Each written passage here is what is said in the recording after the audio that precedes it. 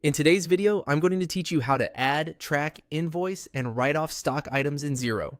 By the end, you'll know exactly how to adjust stock quantities so your on-hand balance is accurate, which is essential for clean inventory tracking, reliable margins, and smooth invoicing. Start on your Xero dashboard and head to Sales. This is where you'll manage customers, invoices, and importantly for today, your inventory catalog. From there, open products and services. This list holds all the items you buy and sell. If you use tracked inventory in Xero, this is the central place where quantities, average cost, and item activity are maintained. Find and select the product you want to update. A quick tip before you proceed. For quantity adjustments to affect your stock on hand, the item should be set up as a tracked inventory item.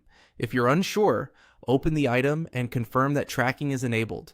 With the item open, choose New Adjustment. An adjustment is the correct, auditable way to bring your quantity in line with reality, whether you're fixing a count from a stock take or reflecting items received without a supplier bill yet. You'll see an adjustment type option that lets you choose to decrease or increase quantity.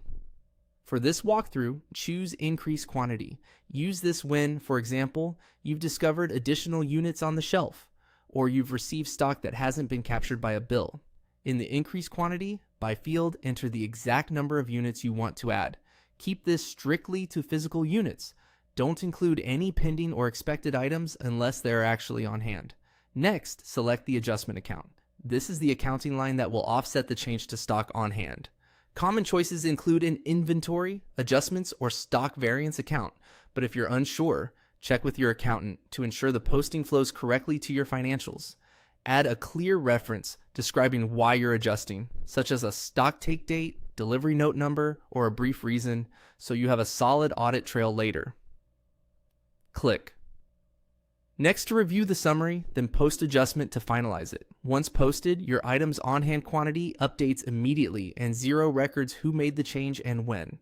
That means your item will be available at the correct quantity for sales quotes and invoices, and your reporting will reflect the true stock position. That's it. You've adjusted inventory the right way in Xero. If you ever need to remove units, for example, for damage or shrinkage, you can choose the decrease option on the same screen and record a clean write-off.